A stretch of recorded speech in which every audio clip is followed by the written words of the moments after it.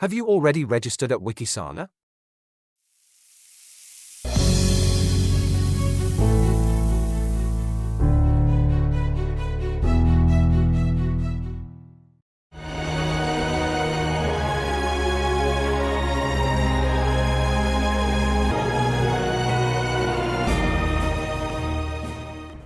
Dear viewers, a very warm welcome to our visit today.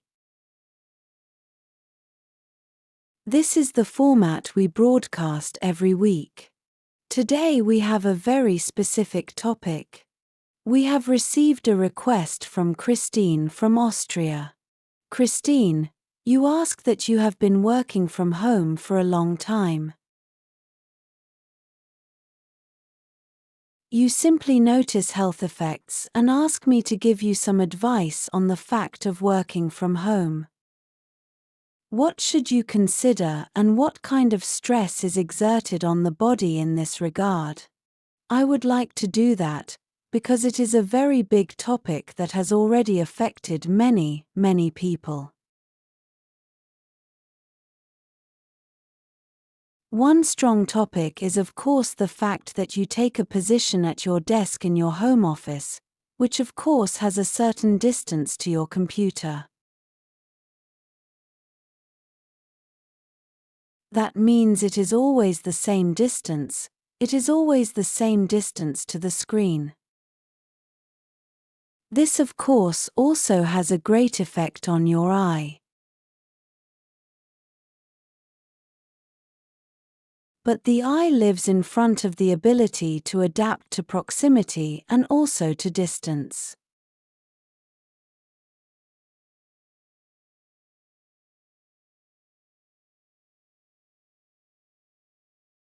This means that this lens control, which is done with it, is also decisive for good blood circulation for the eye.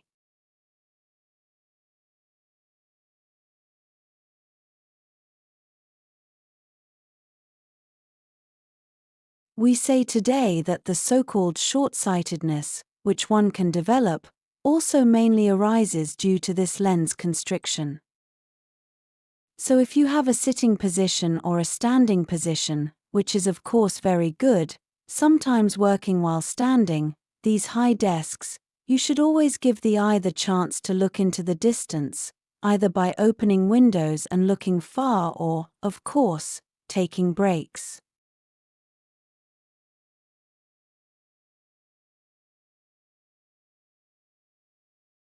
And to combine these breaks with looking into the distance. This allows you to activate the eye's ability to adapt much more strongly. On the other hand, the eye's water must of course also circulate again and again. The eye's water has, especially in the eye's background, as a result, the dirt particles that reach the eye, of course, are deposited there from the front. And normally, they are evaporated via the eye's water. But if I now have an LED screen, i.e., a lot of blue light, then there is a heating inside the eye. This means that the eye becomes straight in that direction. If the dirt does not circulate, but stays there, the eye simply begins to dry out regularly. It can inflame. And the eye's water is heated. The eye itches and the eye can swell.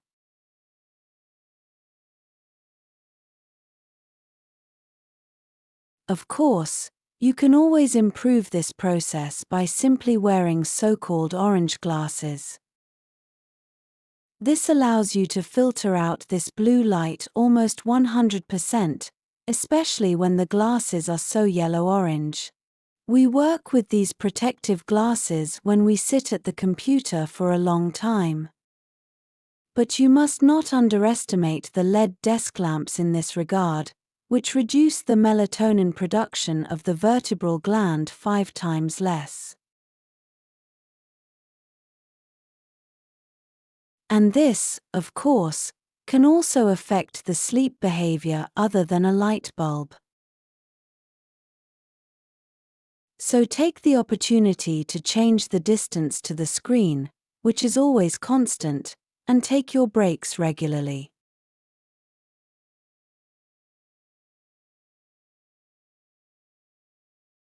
And really go out into the natural light. At the moment, the second aspect is perhaps also mentioned here again. And that's the vitamin D in every mouth, how important. But of course, due to home office, just like you work in the office, it's not different, but sometimes you miss the way there, which you usually took by bike or on foot. Or the lunch break, which you have designed differently in the office than at home. You should be very flexible and, above all, it should be important that you have a sun exposure when the sun is out, at noon at 20 minutes, and if possible, as much area exposed as possible.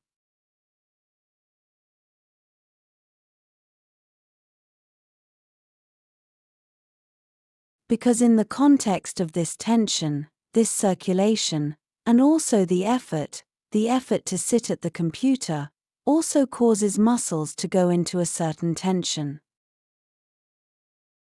But from the segment back here, the eyes are provided with nerves.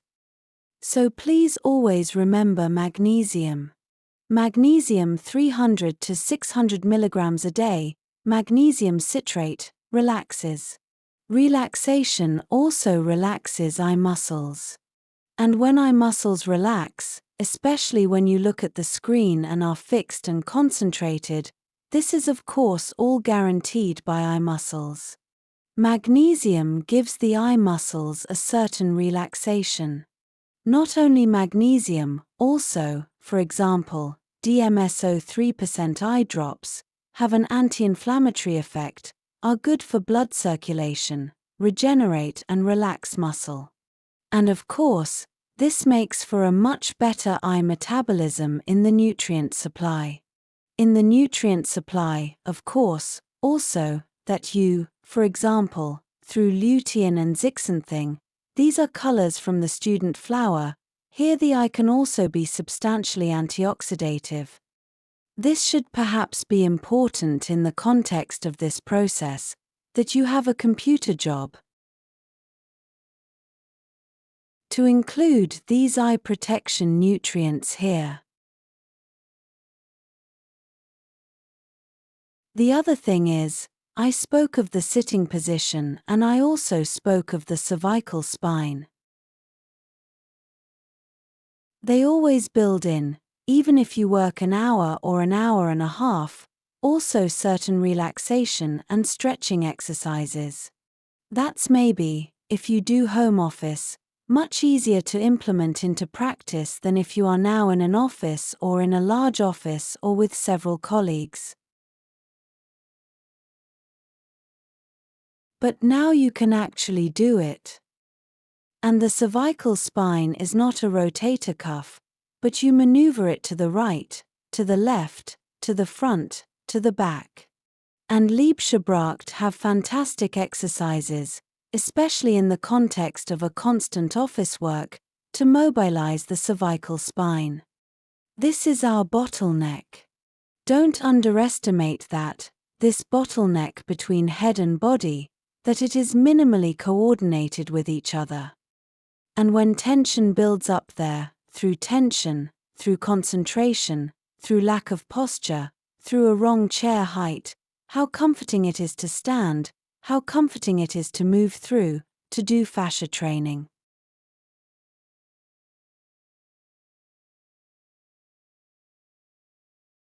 This can significantly improve circulation. It doesn't exhaust you so quickly, because what you do is very monotonous. And you also give your body a certain movement. Do squats and push-ups in between, or a small program, which of course also leads you through the day in addition to work. Then you will also look at a lot of things from a perspective, only from a distance. Because our body, our back muscles, our ligaments, our bone structure, is dependent on you moving.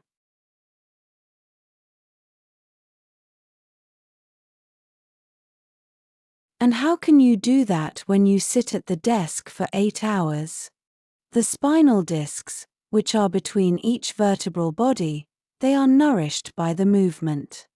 They draw water and release water, draw water, release water. If you don't do that, then the spinal disc will become a certain shock absorber between the vertebral bodies. Then the spinal disc will come into a certain deficiency. It will become stiffer. And if it has lost its elasticity due to wrong pressure conditions, then there may be this damage to the spinal discs again and again, which you would not expect in such a process, because you in your actually not heavy work did not provoke such a reaction.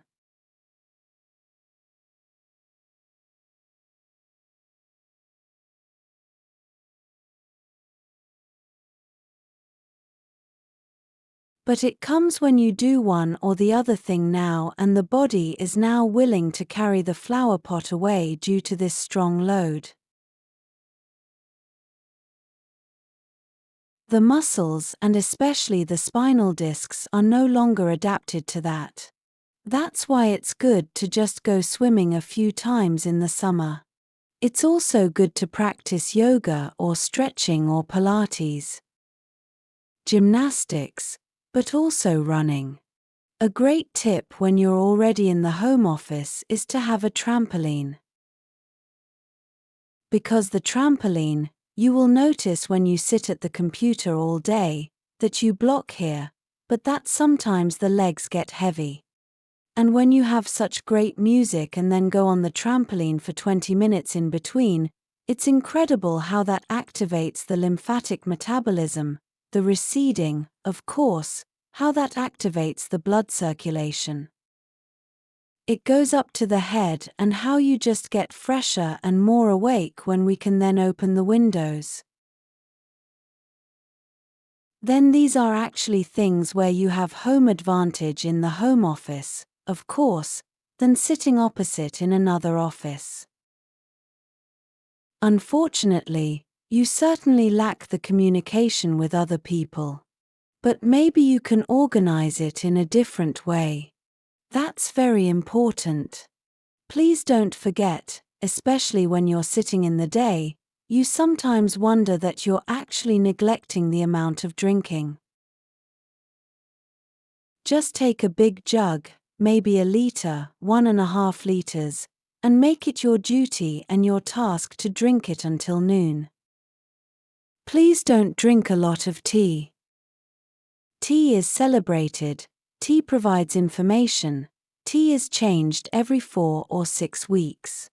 And there can be teas that are good for you. I would drink a cup or 2 of green tea every day. But those are not things where I have to fill the liquid. I fill the liquid with good water. And in autumn and winter it can also be hot water, which has been boiled through properly, filled in the thermos jug, and then also to drink. The body stays in the flow. That's the key. You switch off the movement for the most part. And he doesn't want that. That's not good for him. You can regulate well against that. We have already discussed vitamin D. An important decision is also when I sit. My digestion is often blocked. You didn't indicate that, Christine, in your email, but I just noticed it in the observation of the people. Movement is of course also the signal for the intestine to empty well. Please make sure to relieve a good load. Do a belly massage in the morning, or take a dry brush 50 times clockwise. Mobilize the intestine nicely. Or get the soul of the living thing, a 27% salt sole from the Himalayas. You actually take a chunk of Himalayan salt, put it in a large jug, maybe with 500 milliliters of water. The chunk doesn't have to be too big. It dissolves until a 27% salt solution, sol, is there. And a teaspoon of it every day. But you don't believe that drinking sober in the morning with enough to drink, half a liter, would mean that you would bring a lot of energy and mobilization into the intestine. Or whatever you do. Kiwi is very, I'll say, very laxative. But also all the sources of nutrients in the evening, the flax seeds, or enough ballast only in the day. You can make a little vegetable basket that you snack away, carrots, ballast. And if you're really blocked, you can eat a share plum in the evening. These fermented share plum. It always seems to me as if it were a small army of single figures that chop up everything in the intestine.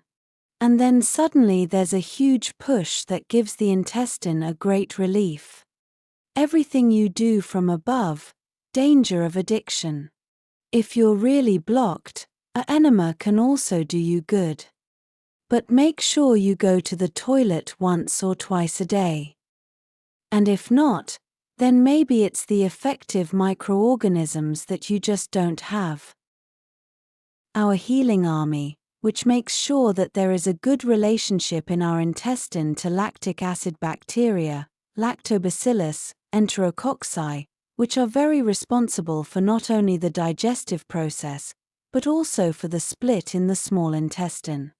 And for the enzymes you need to split up food, of course, 80% of the microflora are these dextrorotatory microbacilli. And we live in a culture where we don't actually live in the dimension of everyday life. That's why it's so good that you maybe have a day where you just drink and then put in a lot of ballast, or a raw food day. Just make sure you don't drink coffee from morning to night, because coffee dramatically over-acidifies. That also means having a little bit of discipline to maybe not have to live in the future with a certain defect in that direction.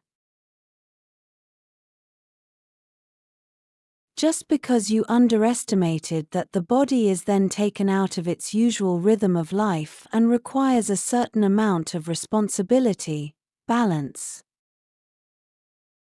Life is not a state. Life is a process. And the process wants to prove itself every day. It wants to be available to you every day. But in order to maintain this vitality on all levels, it has to be not just purely mental, or purely from the concentration on what I'm working on the screen, but also purely from its physical situation. It must not be neglected anywhere. Otherwise the feedback will come, and it will answer that for you through increasing back pain. Make sure you have scars on the torso, or here in front, through a bypass, or through a pancreas, through scars, through a pregnancy. Whether you have scars there. We have already discussed scars very often, but scars are regulation blockades. And if I now have a monotonous posture, and of course I also slowly get into a monotonous posture, then it will certainly be strengthened by work. But the scars also make sure that the meridian flow blocks here. And then it is very important that such scars are opened up again regularly. And there are various possibilities, through laser, through kinesiological distortion. We take procaine. That means every neurotherapist, there are societies for neurotherapy, they can do it very well. Every neurotherapist knows that these scars can be destroyed. Then certain neck pains may also stop, which you have. Or neck pain at all, due to the monotonous posture. At some point you get sleepy hands, or sometimes it's sleepy feet. These are all tensions, exactly in the spinal segment, where the muscles, the free flow of the nerves, Up here, of course, the lower cervical spine, then to the hands and the feet, then in the lower pelvic area. These are things that are a bit out of place, but the body is allowed to do that. At some point it can say, "You did it better. Now let's take a break again," or "We want to go for a ride and shop and not take the car again." Or "Let's go on foot. I sit enough all day." Don't underestimate the activity of our bone cells. They are constantly building up and constantly decreasing. But if they are not required or if they don't get this signal to be used, it's just about movement. You can take a step counter on your pocket and really judge in the evening. My God, there are no more than 2,000 steps that come together in one day. That would be bad. So at least 10,000 must be a bit of an honest variant or an honest scale. These are things where I think you can recommend. What else can you recommend? If you work in a room, you just have to know that alone through the computer, alone through your cell phone, alone through the printer, that's an incredible electrosmog load.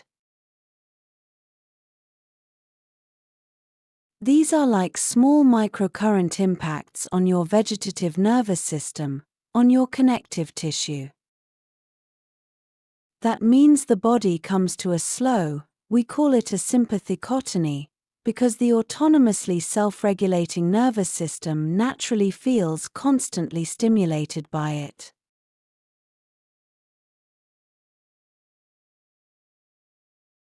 And these electric shocks are like a little energy kick every now and then. You can get a little addicted to it.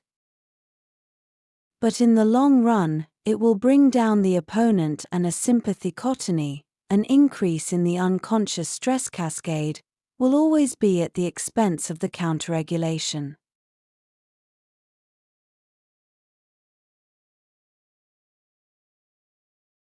That means in the long run, the program regeneration is blocked.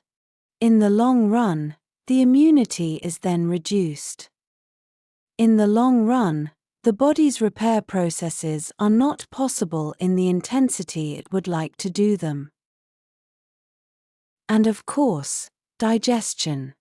That means a certain amount of stress slowly takes over the command, unconsciously. And on top of that, of course, the stress then, or especially on the mobile phone, the head is heated, and then of course also circulatory disorders arise.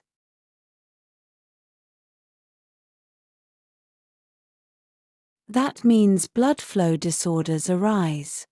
That is why the question is it a really honest option to sit in a room at home with Wi-Fi, or can you minimize the Wi-Fi pressure with a fixed network? Isn't there a better way to make calls with a landline? But I don't mean a station where you run around with your phone, but have a landline at the desk.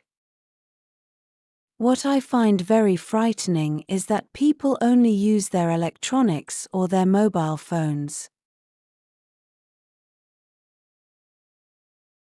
And that sometimes takes a while when there are conferences like this.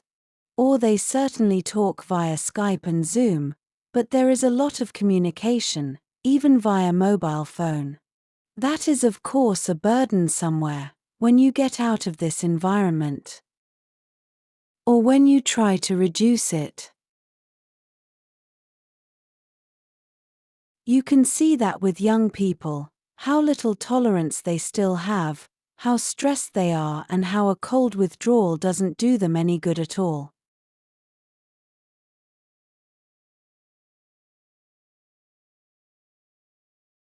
That means, if you want to build up reserves again, then you have to say, you have to deal with it.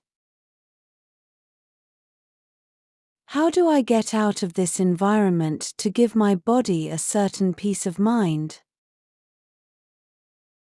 Or maybe just turn off the Wi-Fi or minimize the network connection in my work environment. For example, not having a printer in the office, but in the next room, maybe where there is no one, with a certain extraction system. These are all things you shouldn't underestimate. We see today that the electrosmog is doubling every 10 years.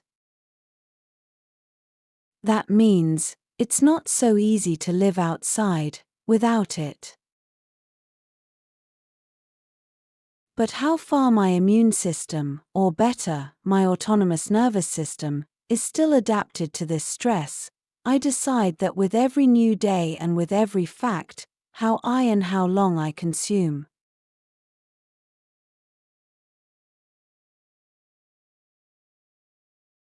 If I don't tolerate it anymore, that means, these people who are the most electrosensitive today, they also have their corresponding anamnesis.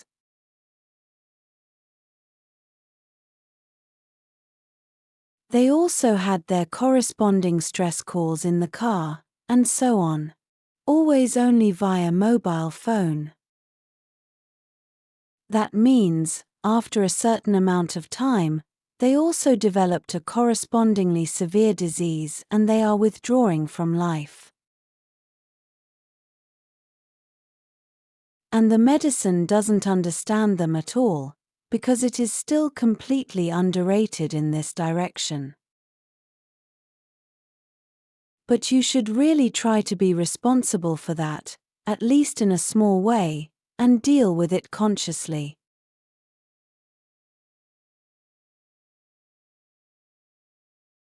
And what is very important, especially when you are at home, is that you have your place of sleep, a very good place of sleep, and don't work late hours, but really go to bed at 10, 10:30.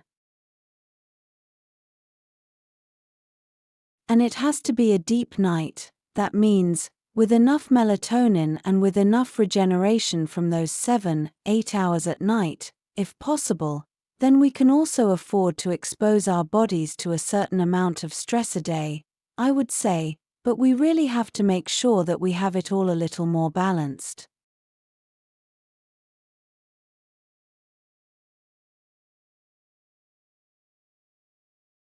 I hope, Christine, I was able to give you some advice.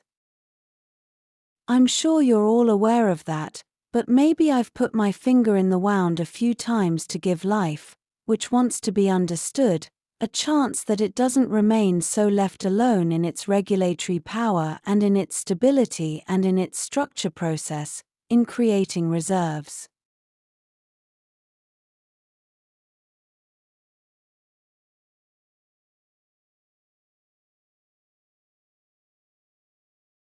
And yes, I thank you very much for this question today. At the end, a little tip, dear viewers, which applies to everyone.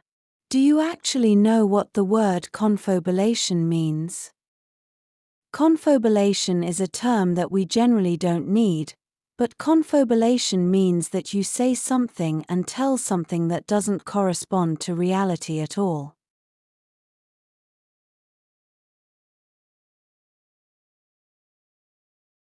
Children don't confabulate, they more or less have. If they deliberately flinch a little, then it's right that they flinch. I don't mean that. Children who are only 6 or 7 years old cannot distinguish between a real world and a fantasy world. That means they are still living in their dream world. But confabulation is a term that we use very often in psychiatry, when people, especially older people, so unconsciously overplay a certain memory weakness and are fully in a world of fantasy, which is not reality, but are telling things in a very argumentative way.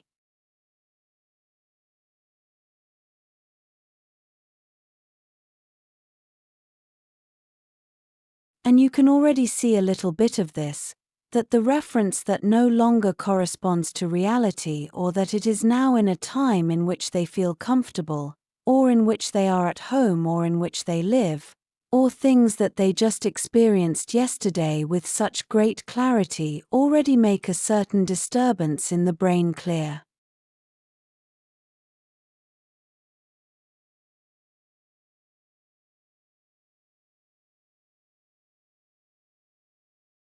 I just noticed that some people didn't know this term and I just wanted to explain it to you again at the end. Yes, in this sense, thank you very much for your attention today on this topic of home office. It concerns more people than we all believe. May life go its usual way again very quietly, very slowly. I thank you very much. I look forward to the entries at Visite at QS24.tv. Gladly again, if you need advice from a holistic point of view. I am happy to be able to deal with these topics and questions.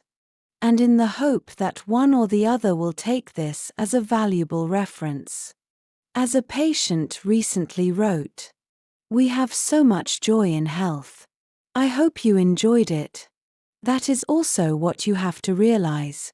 A desire for health means I have to know how and I am worth to invest in myself and let that be important to me. It's all not a gift, but a personal task. And you have that every day to yourself. I hope you enjoyed it. And I am looking forward to the next visit with you. Bye.